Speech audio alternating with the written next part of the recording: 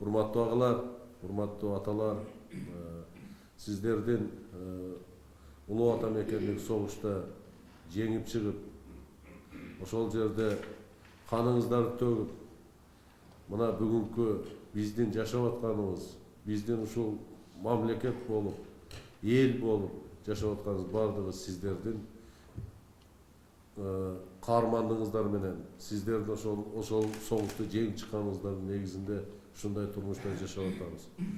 Ошол күндөрдү эч бир адам эстен чыгарбаш керек. Кандай татаал күндөр. Бүгүн биз кичинекей бийлик талашып, же болбосо байлык талашып, кыргыз элинин ичинде ар түрдүү өйдө жүргүзүп атабыз. Ушунун бардыгы ошол согуштун 1 сааттык, 1 мүнөттүк убактысына тете болбойт. Ушунун бардыгы. Себеп дегенде бул өтө чоң каармандык. Ар дайым башыбызды ийип, сиздердин алдыңыздарда таазим этебиз.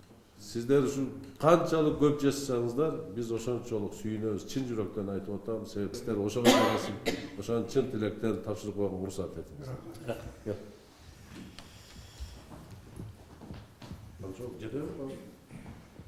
Пожалуйста.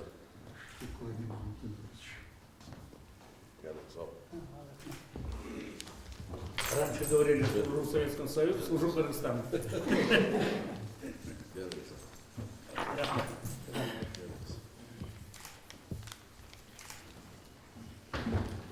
Кыргыз элине кызмат кылам. Перевел. Рахмат. Ийгилик, эс-аман барып келиңиздер. Мен тилегим менен ошол жакшылык болсун. Сизге чоң рахмат айтамызды бүгүн чакырып ошондой жылуу сөз айткан сөзгө чоң рахмат. Эме дейт, эми Кыргызстанды ардагерлерди уят кылбай, татнакка барып келебиз. Уже уят кылгандай уже жашыбыз жок. Анан ошо колундан келгенче мындай өзүбүз авторитетти көтөрүп, республикабыздын авторитетин көтөрүп келгенге даярбыз. Рахмат. Большое вам спасибо за прием. Дай Бог вам здоровья, благополучия, на благо нашей республики работаете. А мы, старики, поддержим вас всегда. Рахмат. Только одна просьба. У нас стоит 2 вопроса. Первый вопрос. Транспортом организованно доехать. У нас транспорта нет. Куда?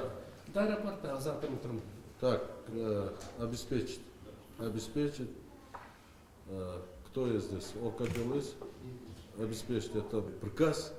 Обеспечить. И второе. Если не сложно это. Чтоб стариков так не толкаться там в толпе. Может, Через депутатскую комнату. Обеспечить. Все. Сиздер үчүн. Спасибо. Спасибо. Мы ветераны Великой Отечественной войны. Такова, чтобы законы, которые принимает республика, выполнялись неукоснительно. Абсолютно. И так выполнялись, как при Петре Первом.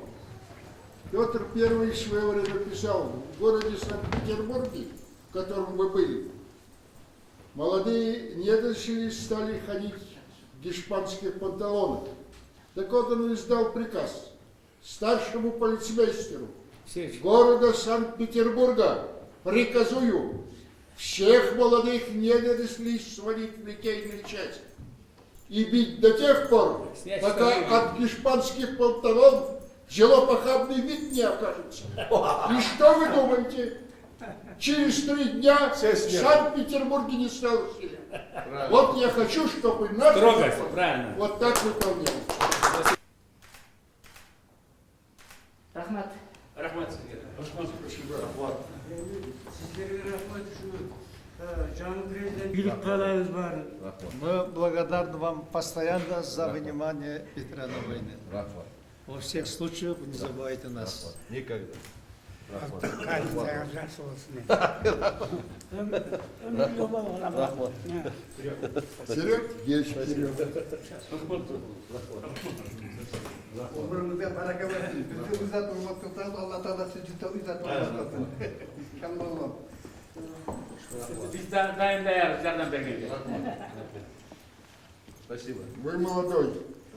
Вам продолжать дело наших старших отцов. Обязательно, обещаю. И надо сражаться за законы, за благо нашего народа. А мы вас поддержим. Рахмат. А мы поддержим себя.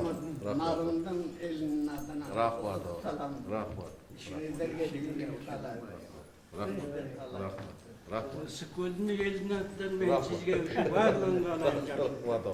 Вот тұр жақсы болып келіңіздер. Уважаемые, многоуважаемые ветераны, уважаемые отцы,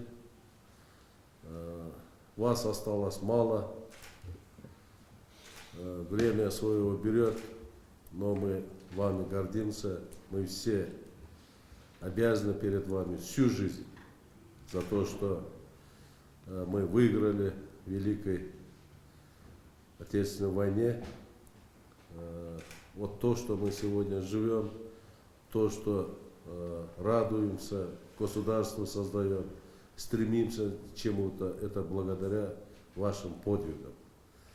Мы всегда поклоняем голову перед вами, мы всегда гордимся.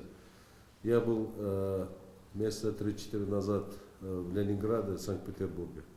В Ленинградской области мы открыли аллеи героям, которые там сражались, кыргызским героям. Там есть аллея каждой постсоветской страны. Там открыли аллеи с помощью поддержки наших соотечественников, ваших детей, наших граждан. Они хорошие. Вот, каменный этот поставили, фамилии, кто там сражался из Кыргызстана, которые погибли там. Вот там я ощутил вот этот сад небольшой на возвышенности под Ленинградом. Да, возвышенности. Там я такую ауру, такую энергию почувствовал.